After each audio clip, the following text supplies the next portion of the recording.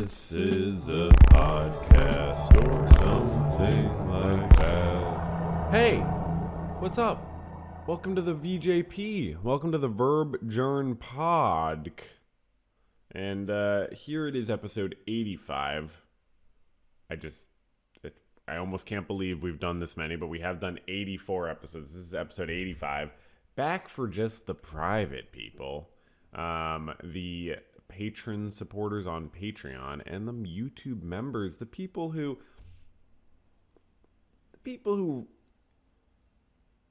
I don't want to say really matter, but there's a hierarchy. There's a natural hierarchy. Okay, here's the thing about nature. Nature has hierarchy. Okay, should I start at the top or the bottom? Let's start in the middle. At the middle, you have normal people, okay? Above them, not next to them, above them, you have people who support my YouTube channel on Patreon or YouTube memberships, who are superior, fundamentally. It's in their genetics, and it's socially constructed, in both senses. You know what I mean? So it's maximum superiority and domination. And then the people below are just, I don't even know. We don't even have to think about them. Anyways, welcome to episode 85. I don't know if you could hear that. We're having a great time. I'm still doing got the margins on each side. No one said anything about that last episode. No one said, hey, that's not a good idea. Don't do that. You know what I mean? I do think it makes the visual quality slightly better to not zoom it in too much and explode the view. And I'm loving it. I had such a good time last episode. It's so fun doing this now that I don't have to worry about my phone just like stopping all the time, and we're recording on the Logitech webcam. I can do a screen time report. We didn't used to be able to do that because I would be using my phone, obviously, to record. Let's look at the screen time report right now. A little early screen time report. Can we do that? Is that okay? Donna? My producer's going, that's what they do. They go, it's supposed to be like, like, I don't know. But they do, and I always say, Donna, that shows up on the audio when you do that. You know what I mean? That's like a very trebly sound. So total screen time, it doesn't show me in the same way it used to. My average screen time is an hour and a half on my phone this past week. Tuesday was the biggest day for that. YouTube, messages. That was fun, right? That's what we used to always do, the screen time report. Welcome.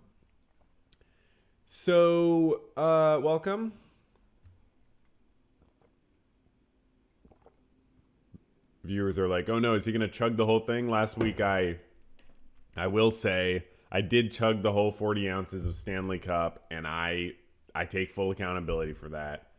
That was on me. I sort of forgot that I was filming partway through. I forgot that I was doing a podcast. I think I forgot, that I was a human. There was a weird moment where I was chugging the 40 ounces of Stanley Cup. I want to say it was 29 to 30 ounces in, where I started thinking, is this how it ends for me? You know what I mean? Not with a bang, but with a whimper and with sort of a gurgle. You know what I mean? And that's when I decided, it's gone too far, my water habit. I used to just drink water for fun. You know what I mean? And I would drink it just to have a good time. I'd be out with friends. We'd be drinking some water. I'd say, yeah, sure, give me some of that. You know what I mean? I'll have it just tonight or just for the special occasion or something. As time went by, I noticed I was drinking water alone. I was drinking water to start the day. I couldn't even start my day without having a full glass of water. You know what I mean? And I wish I didn't display my own kind of craven habits on this podcast, but when you record something once a week, it's just a window into your soul. You know what I mean? So, anyways, but whatever. It was fine. I went to the ER. I was hospitalized for excessive hydration, and I'm back. And luckily, I have good healthcare with the VJP. Pretty low deductible And because I did max out my deductible on this one occasion. But all right, so welcome to the podcast. I have a great announcement to make. Can we pull this up also, actually? Let's get this pulled up. I have a great announcement. This is a huge deal. We hit 100 subscribers on the YouTube channel. So this is obviously just for the members and the patrons. I don't care about this stuff. But at the end of the day, it's nice to hit 100 subscribers, with the new public episode. 6 days ago. That's pretty good, and I reposted it once on the main channel. So last time I did a double repost with the previous obviously we talked a lot about that in the marketing team and how I was sort of coerced to posting it over and over again, like I posted it, then I posted it more. I just posted it a lot.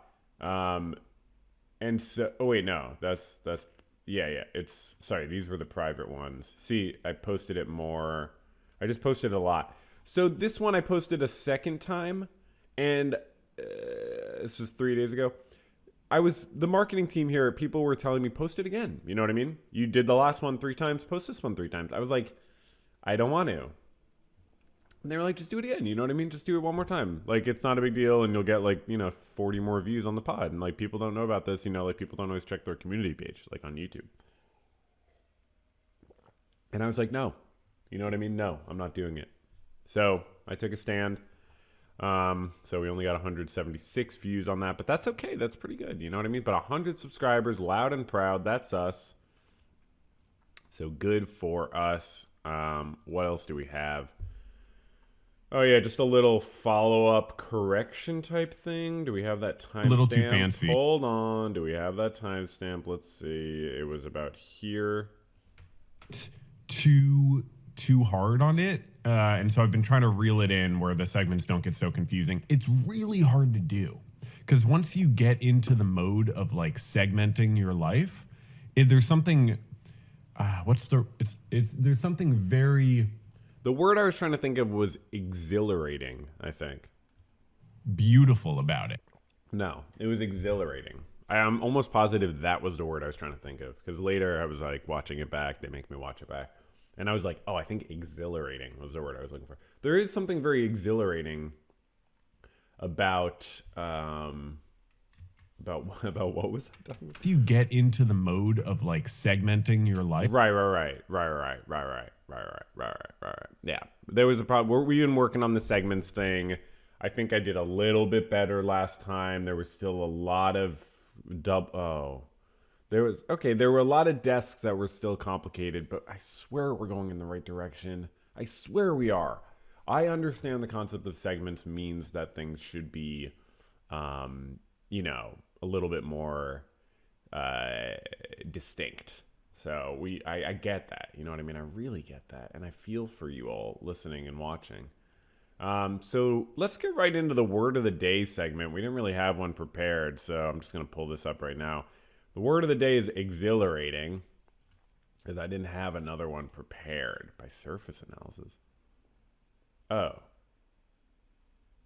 The apparent etymology of a term by analysis based on components occurring during the form of the language at a later point in time, i.e. that term synchronic makeup. For example, yeah, I get that. I remember once I was tutoring kids as a part-time job. It's just such a funny memory. And I was tutoring a kid. He must have been 10 or something. And I remember I'll never forget explaining to him words and suffixes, and maybe prefixes too. And I remember he goes, okay, I get it. So it's you have the boring part, and then you have no. He was you have the cool part, and then you have the boring part. Or he's you have the cool part of the word, here, you have the cool part of the word, and then the boring part. I'm yeah, honestly, that's actually exactly what I'm saying. Yeah. I think you get what I'm saying. Present participle and gerund of exhilarate. Should that be the fucking word of the day? Can I do that? Can we do a mid change? No? Okay. Fuck.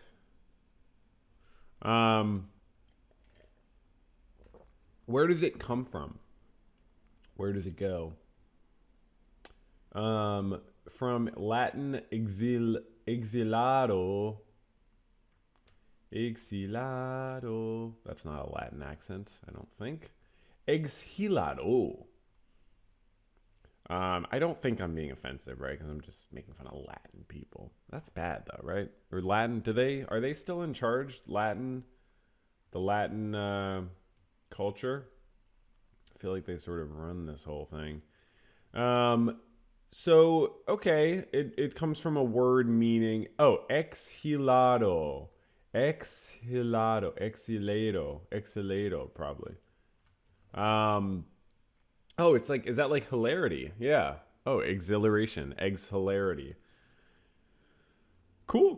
Do we have any? Can I listen to someone else saying the word? I love when I can do that. Pronunciation, conjugation, conjugal visit. Okay, I guess you don't really get the pronunciation all the time. And that's just part of life, probably. That's cool. That's all good. So that was the word of the week. Excuse me. We don't have a quote of the day. That was kind of a bust of a segment. I think I should just delete it. I'm just going to delete it. We're never doing that again. So in the news, the World Series. Let me just go back. The World Series is going on. The World Series of baseball. You might know I'm a big fan of baseball. And I've been watching it. I love the World Series. It's fun to watch. I just thought it'd be fun to catch people up. I'm not going to, there are two games already. The Dodgers won them both. But before we get to that, I want to just explain sort of the context of the World Series, of where we're at. I thought it'd be nice to kind of catch people up. So just wanted to read a little summary of the previous there's just some interest the previous round in the playoffs.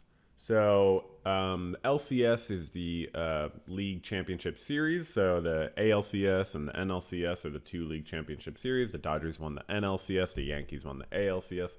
And, they've been trying to shorten the games. They did pitch clocks and all these things last couple of years, make the game shorter, and it's worked.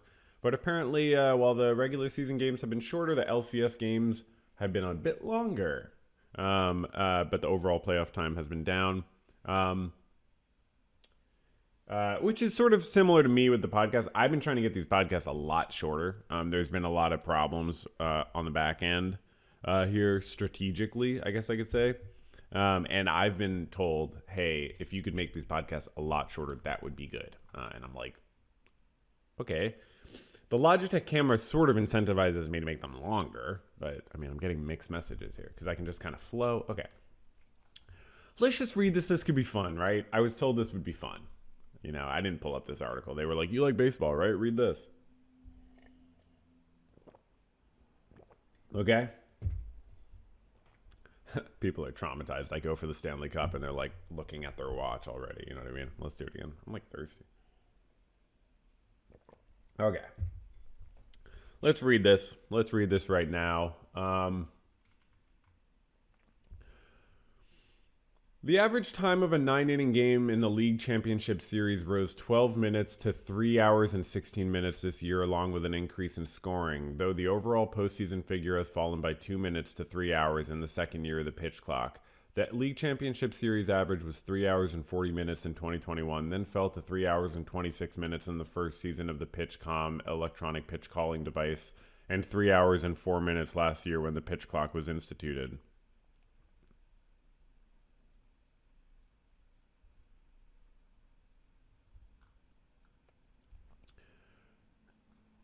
Runs per game in the LCS averaged 11.3, up from 8.8 in 2023 and 7.9 in 2022 and 9.9 in 2021.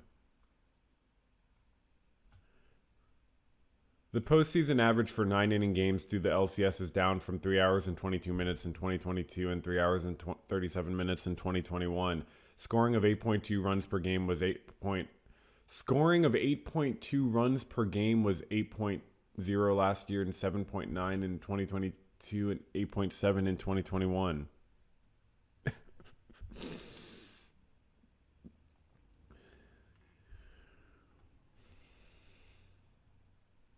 Division Series games averaged 3 hours, down from 3 hours and 6 minutes last year, 3 hours and 22 minutes in 2022, and 3 hours and 33 minutes in 2021.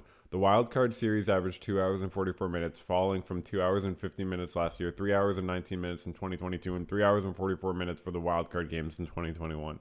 Why are you making me do this?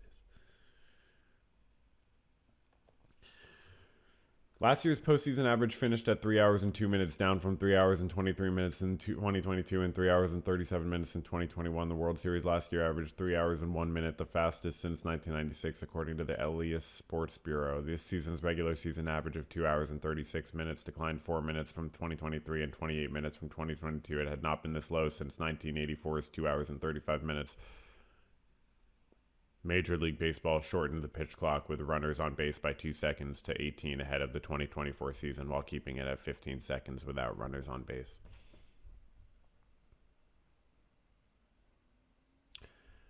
That was not what I thought it was going to be. I just want to apologize to the viewers and the listeners. That was a lot of really stupid information, and I totally regret indulging my producer and reading that.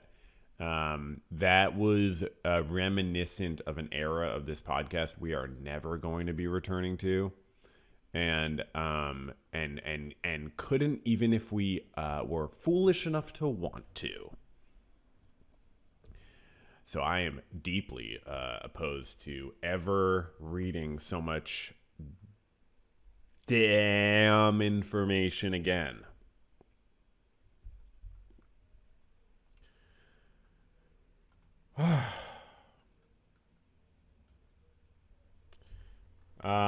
Okay, so next segment is this is a segment about failure.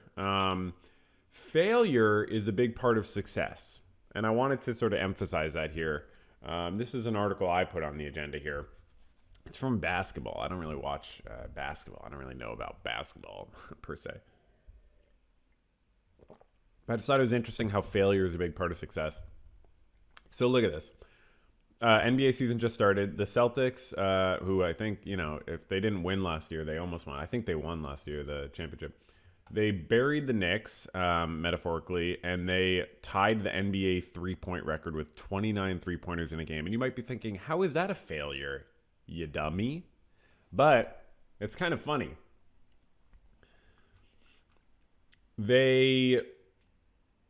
See? So after Al Horford drained Boston's third straight made three to start the fourth quarter with 8 minutes and 50, I don't need to, you know what I mean? Okay, so there was about 9 minutes left, and they made a three-pointer, and that tied them with the record 29 three-pointers in the game. So there are 9 minutes left in the game. 9 minutes left in the game, and they've gotten the tie of the world record for three-pointers in an NBA game. And then they missed 13 three-pointers in a row, including 3 air balls. We don't need everything, you know what I mean? Several ugly misses. That's the type of general, not very granular level I want. Despite the crowd chanting one more three, or might I say because of the crowd chanting one more three, I fucking hate basketball. I don't know why. I just have such a bad vibe with basketball. I just something about it, I just don't like. Okay. It's just, this is such a bad vibe. This stuff happens in baseball. But, isn't that so funny? They had 9 minutes and 13 more attempts. Or let me just sort of generalize. They had about 10 minutes and about 15 more attempts. You know what I mean? They had a lot of attempts and a lot of minutes left. And they couldn't break the record. So this is just a good sort of message. Sometimes when you're trying to succeed, you fail, but it's only because you did so well that you almost succeeded. So really, you should see it as a good thing. Failure is just a sign that you got out of bed that morning and gave it your best shot. You know what I mean? And that maybe is the quote of the day, actually. Maybe I'm the quote of the day. Failure, what did I say? Failure is just... Hold on. Let me... Okay. Are we recording? Okay. We've been recording the whole time? Okay. Failure is just a sign that you got out of bed in the morning and gave it your best all. Gave it your all.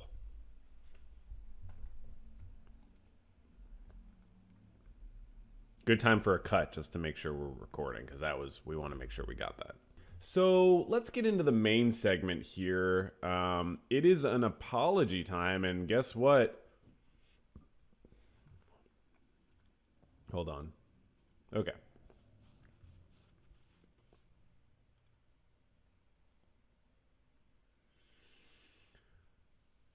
All right, let's get back into it, and let's get into the main section. It is apology time, and it's not my apology. I like to analyze apologies and look at them through the lens of mental health and just kind of the idea that we all. Why do I have to do a jokey accent with the main section introduction? I don't. Okay. I like to look at apologies and kind of break them down a little bit. The Hans Niemann, obviously, sort of the bad boy of chess.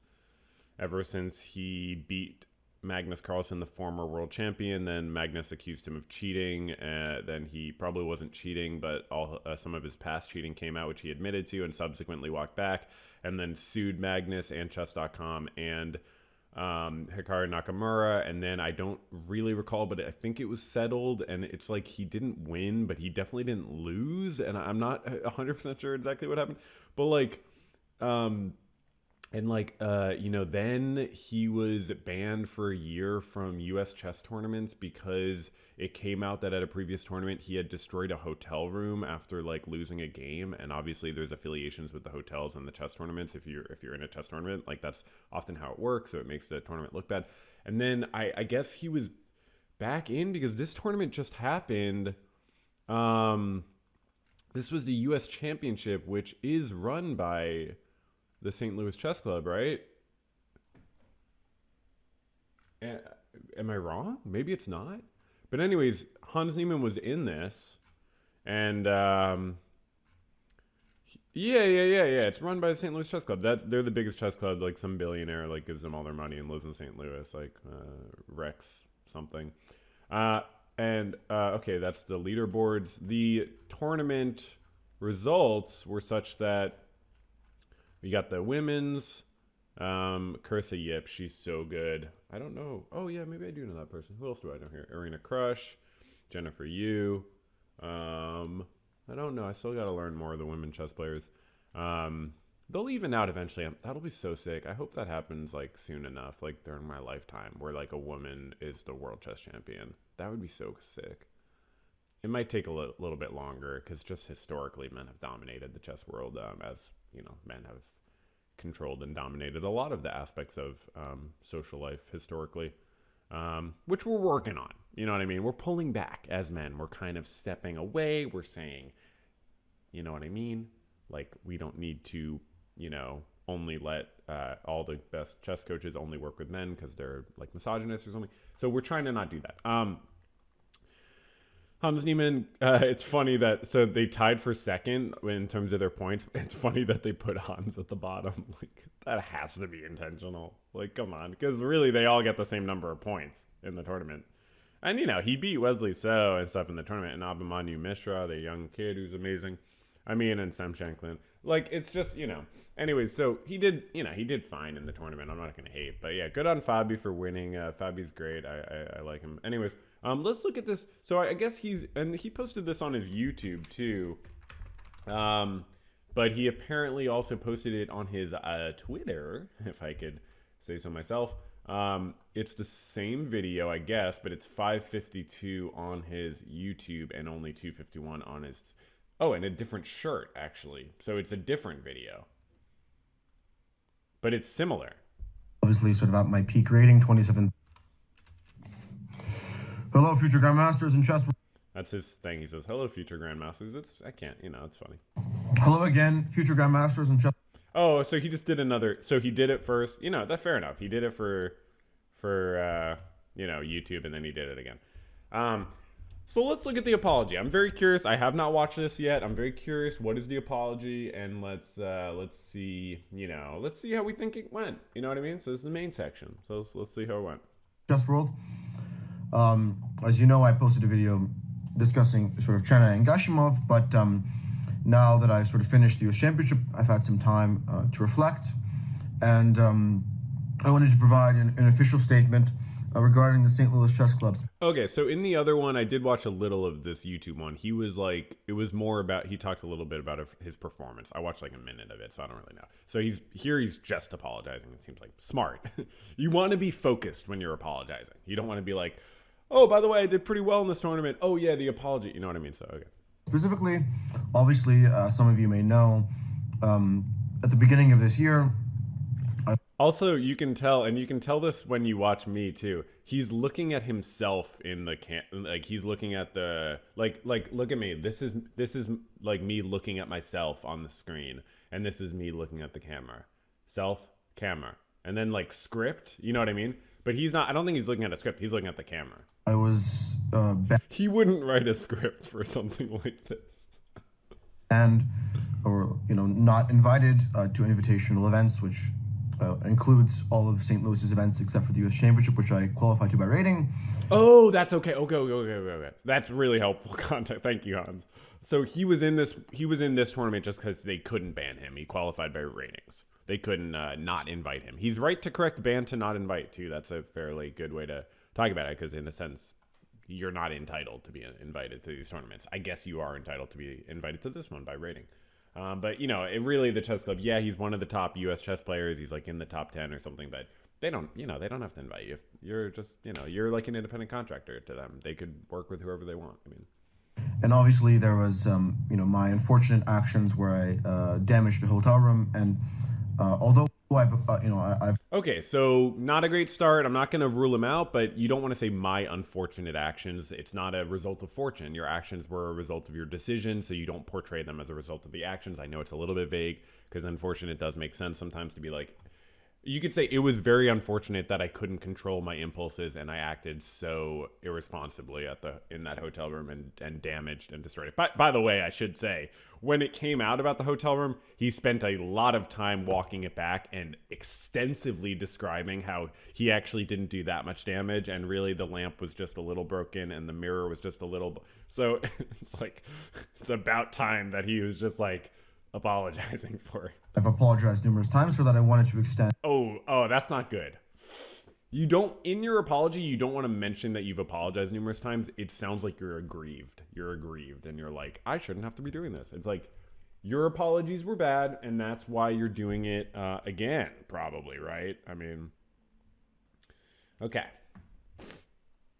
Damaged a hotel room, and although I've apologized numerous times for that, I wanted to extend a official apology to the St. Louis Chess Club, to the Chase Hotel. He had every chance to give an official apology before, by the way. He just gave horrible official apologies. So now he's trying to give a better official apology. To all the staff and to Rex and Jeannie Sinkfield, who have been such amazing patrons of the game. Although I've apologized in the past, I wanted to make it very clear. This is not good so far, because he should say my apologies in the past were not good. I was sort of equivocating. I was trying to, you could say I was sort of in denial. I was minimizing. So he's really not doing a great job right now, but you can tell he's like trying, but it feels more self-interested and opportunistic. So. That, I acted emotionally and erratically after being disappointed after. Okay, so he changed accidentally to emotionally and erratically. That's good. Points for that for sure. Because of course, accident is just vague. Like, what does that mean? That's vague. We don't care. It wasn't an accident. You didn't trip and knock over something. You know what I mean? So yes, it was emotional and erratic. Yes. And you might want to say, this is a great part of an apology if you can make it a pattern. If you say, if you can identify patterns, I've had a pattern of emotional and erratic behavior, and it's actually really led to a lot of issues in my life, and I really need to get a hold on it. This is just one of the many issues, and it's having professional and public image consequences for me. Because, it's one thing, like a lot of people took his side in the Magnus situation, because Magnus, he shouldn't have accused this guy of cheating. He could have come out and say Hans has a history of cheating, so it rattled me when I was playing him, but I still lost. But he really did accuse Hans of cheating. A lot of people take Hans' side. The hotel room, not a lot of people taking Hans' side. Losses in a row, and it was never my intention to bring the game of chess into disrepute. That's not exactly the problem, dude. It's more that like you're not responsible for like the state of chess. Just apologize for your actions and like bringing yourself into disrepute almost like, but also like disrepute. That was just sort of an impulsive reaction to a lot of stress and a difficult moment, and for that I sincerely apologize. Yeah, I mean, you should also say what you're going to do to make it not happen again. So maybe like I'm going to therapy, or I'm trying to work on these issues by doing X. I'm trying to react to stress differently. Since then, I've taken steps Oh. to remedy the situation. Obviously, I paid a $5,000 fine. I apologize privately to the Whoa, hotel. what the fuck, bro? And I apologize privately to the hotel Whoa, he just glitched the Matrix. and to the club. Whoa. And although That's probably Twitter. It's probably Twitter. They're like, you're not saying enough anti-Semitic things, so we're gonna end this video if you don't say something soon. it might not matter, I've tried to give quite significant tips. And in the hotels that I stayed. Okay, I mean that's a form of amends. But it's a little silly, as you can recognize. It's a little silly. The question is about you and your behavior pattern, but okay, yeah, give big tips. That's like a form of amends for sure, I guess. And also just be nice, right? And after to show that I'm sincerely remorseful. Right. So obviously, my main priorities are to play chess at the highest level, and the St. Louis Chess Club, with Rex and Janie support, are the premier organizers of American chess, and with the amazing Grand Chess Tour. Well, so I would really suffer if I don't do this slightly good apology. love the opportunity to return to compete in St. Louis's tournaments. I would hope that they would lift the ban. And Okay, you were better off when you corrected yourself and didn't call it a ban. Because it's sort of like putting the onus on them and saying that they've done something when really they've reacted to your actions. So they've not invited you. So you should basically, it's words, it's language, but you should try to be careful. I'm sorry. Again, I'm very sorry to the club, to Joy Bray, to Tony Rich, to all of the staff, to anyone that I might have offended or upset. Okay, you don't want to say might have, and you don't want to say offended. Because it's not about you offending people, and it is about you upsetting people, and it's about you like making yourself an unreliable person to work with. With my actions, I'm extremely sorry, and I just want to play chess, and I have no interest in furthering any drama or causing any issues, as I've seen in this year's championship. I really want to move on from all these things. Although I might be labeled the bad boy of chess, I really just want to be the best chess player in the world. Okay, that's funny because I did call him the bad boy of chess. Yeah, I mean, I get it. Like, yeah, Hans, I think you can do it. Like, it's, no one really wants you to like suffer, man. It's just like you gotta really show consistent effort. Like, even before this whole cheating thing, he was like trying to be the bad boy of chess.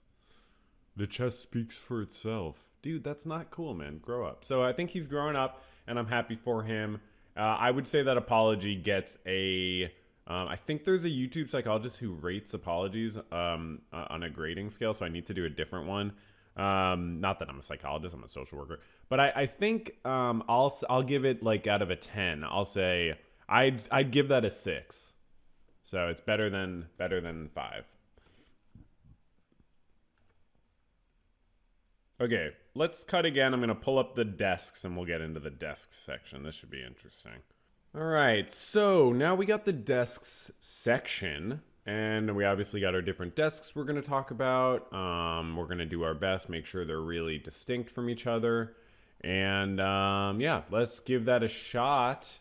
Let's get right into it, if I may. So what's the first desk we got on the agenda here, Donna and the rest of the group? We got the art desk, X-politics desk, X-law desk. No, I won't do it. You set me up to fail. No, I won't do it. There are 2 desks, okay? Maximum 2 kinds of desks. This is ridiculous to have a combo desk like that. What even is the article? Where I can't see it until I say what desk it is. It doesn't come up. Okay. There are 2 desks. Let's say there are 2 desks. Okay, we got our art desk, covers a lot of things, and then we'll say we have politics. Okay, everything is either art or politics. We're not gonna mess around with these combo desks. Art or politics. Okay, everything is one thing. Everything is one thing. Okay, so first up, we have, let's say this is the frickin' art desk, okay? Let's just say this is the art desk, okay?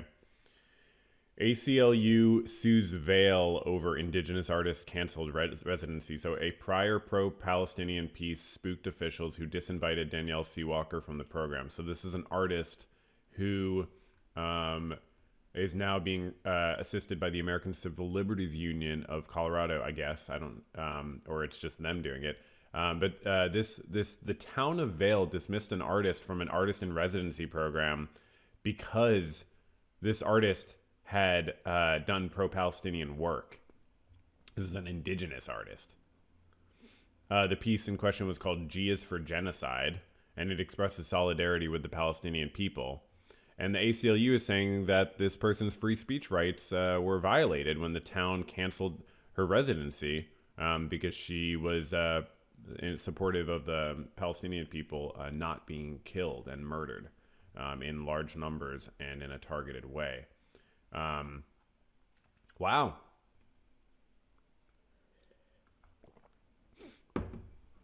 hopefully I'll get a follow-up on that. They want to compel Vail officials to acknowledge that her rights were violated and prevent a politically minded cancellation from occurring in the future. So, yeah. You know, when people talk about cancel culture, often they don't reference things like this, which is always very interesting. But yeah, it's worth considering that these are the real victims of censorship, people who are supporting anti-imperial causes. Next up, we have climate desk. What the fuck is that? You know what I mean? No. Politics desk. And leaders urge world to pay up to save nature as COP16 talks. So in Colombia, nearly 200 countries are meeting for the United Nations Summit. And they're basically saying that climate change is a big problem. We are underfunded for this mission. 2 years earlier, countries adopted the landmark Kunming-Montreal Global Biodiversity Framework Agreement with a list of 23 goals to help halt nature loss by 2030. COP16 is tasked with figuring out how to implement that agreement, which included finding $200 billion per year for conservation. But speakers at the opening of the summit lamented that it had thus far only raised millions and not the billions envisioned. And wow. Yeah. Rich people, I guess, just want to make as much money in their lifetime as possible and then leave the problems to their children and their children's children. Lack of donations to the fund. I mean, this should be mandatory. I mean, seriously. I mean, it's just every country should mandatory. We should, like, I don't know how you do that, but it's like, is the U.S. a part of it? Like, what's the deal? Like, U.S. should just give $200 billion, write a check right now. You know what I mean? The gap needs to be filled in a way that does not put developing countries further into debt. Yeah. It's almost like maybe the countries that have been the beneficiaries of exploitive extraction and unequal exchange should maybe be paying all of it. So hopefully we'll get back on track with those goals in terms of, trying to exist on this planet. We really got to think about the future, y'all. We got to think about the future. Next up, we got marketing desk. You know what I mean? This is why these people stopped watching this podcast. Let's say art desk. Marketing is like an art form. Okay, so we got Magnus Carlsen and he's marketing something. And we're going to find out what it is. Okay, so we could have done this right after the chess thing. Would have been good, but I get that we didn't know. Okay, so let's check this out. I'm revolutionizing chess. He's like Mr. Beast now posting on YouTube. So he made an app. So let's see what this app is about. Or he didn't make the, he's like involved with this app. So let's see. It's not just a game. Okay, that could have been a better take. It's not just a game. Look, it's one thing to not shower when you're like playing chess, but like, come on, you're doing a commercial, like, right? Tom's our marketing guy, right? Wait, you're saying I didn't shower? You're saying I didn't shower? You don't think I showered right now for how I look right now? Dude, you don't get to say that stuff to me. If I had a fashion person here, they would be standing up to you right now. It's not just a game. It's a sport. And it's time it felt like one. So we got all the big names here. We got Levy, David, Magnus. Who's this? Domaraju Gukesh, who's about to play in the World Championship against Ding Liren. Ding Liren? The anticipation. The intensity. It's like the audio is really not that good, so they keep fading in for like a second, and you can hear all the like background noise. The intensity. The fire. Participate. Get closer to the action. Feel every move. Live every moment. What do I do now? No, not that move. That was so great. The game's not changed. But the experience has. There's no going back. That was an absolutely horrible advertisement. They said literally nothing about what it is. It's extremely confusing, and if I'm watching this, which I am, I'm thinking, how is this different than chess.com or Lichess? Or how is this different from a chess learning app? I mean, you literally didn't explain anything about it. Okay, so let's go to the Twitter. So this is from Magnus's Twitter. Oh, shit. Wait. So sorry, I don't know what. So Magnus is, so this is one thing you have to know about Magnus Carlsen is he likes to call himself the world chess champion on social media, even though he's not. This is something I've talked about a lot with him, and not with him personally. This is something I've talked about a lot on this podcast. He also calls himself the world chess champion on YouTube, and he's not. He's a former world chess champion. So this is a sort of technicality, but I do think it's strange. So let's see what he says. He reposted the take app. If your front row seat to the world of chess. Okay, let's see. Tweets from grandmasters like Vidit and Ishkiri, like Oh. literally in the last 24 hours, and they don't know what's going on in this project, like asking for exactly what we want to offer, and imagine if top grandmasters even feel. Magnus is such a businessman. He's been involved in all these chess businesses. I mean, whatever, like, do what you want, I guess. And it's just like there's such a big market. There's so many chess fans out there who will pay a few bucks to sign up for a new thing and just see what it's like. I'm not one of them because I don't give a shit. I can follow chess perfectly fine on Lichess. I don't need anything. They don't have this platform. I think casual fans, all of them, who want to follow chess but don't necessarily want to sit there for hours. They want to go like in and out, check an app on their phone, know what's going on, see the stats. And was that the app? I mean, is that the app? Know what's going on, why not see the show stats, us more of the app? and so on. I think it's, Okay, well, we'll follow up with that. I don't really get it, I don't really get it. But good for him, I guess. So, okay, so next up we got the horizontal integration desk. Let's call that the art desk. So on the YouTube channel, I just wanted to speak out about this because I've been quiet for too long. Every month or two, I get a comment on the Breaking Bad video from someone saying that I spoiled it for them, and that they Didn't know that Mike died or Walter died. Sorry if you're watching this and you didn't know that too. I really don't care at this point. You know what? If you click on first of all, it's in the video description. I say spoilers for, Breaking Bad through season 5, Better Call Saul through season 6. I make it very clear there's spoilers in the video. In the video description. I know people don't look at the video description. I also don't really feel like I needed to do that.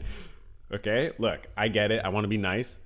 If you click on a 2-hour and 43-minute video about a TV show from a decade and a half ago, and you think there are not going to be spoilers, how could I even talk about it for that long? So you think I'm going to... Or people thinking, oh, I'll just watch until he says spoiler warning and then I'll stop. Look, guys, I'm trying to be understanding here, but like... What are you talking about? And then I always have to stop myself. I always respond to them. It's in the video description. And then I delete it because I'm like, I can't just respond to the negative comments. If I don't respond to the very positive comments, I can't just respond to the negative comments. But you know what? I don't feel guilt about that. So,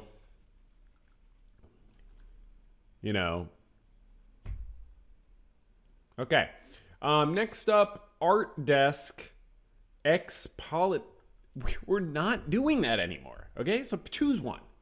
Art or politics. Art or politics. This one's pretty tough.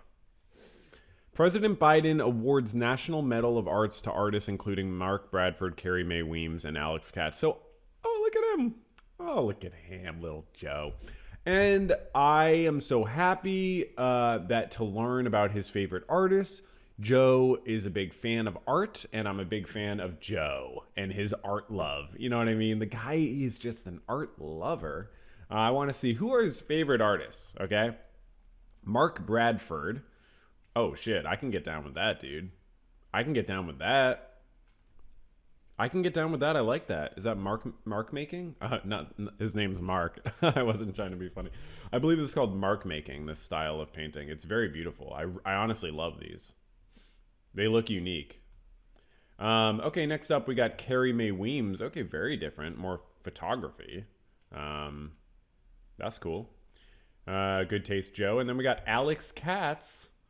Well, it's nice. I can see why people would like this. It's definitely not my style. It's sort of looks just like a little repressed, but I mean, okay. Do we have another? We have another art politic thing? All right, I'll call this one politics.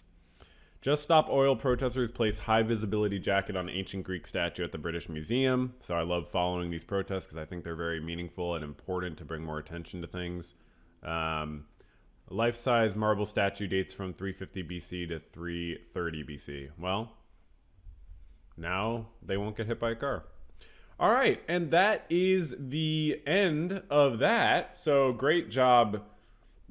I did a great job there. Am I supposed to congratulate myself? Thanks to the patrons. I don't need to name you all. I think I do that every now and then. I don't need to do it all the time. Let's check the mailbag before we get the fuck out of here. Sorry. No one wrote in. But someone did comment. Oh no, that's just people commenting on the public episode. No one wrote in. That's fine. I've never checked my spam. Okay, no one wrote in. No spam. That was great. I really just let me saving something for next time. This is gonna be good, but it was gonna be too long, and I'm trying to keep these episodes short. Great, we're done. That was super fun. Thanks for watching, and I'm renewed in my zest ever since I got the webcam. I can just kind of roll with it. And we didn't do a musical interlude. Did you take that off the agenda? Because I feel like that used to be on the agenda, and then. Is it because of the guitar thing last time? I was just jamming out, and now we don't have it anymore. in this economy. Okay, bye. This is a podcast or something like that.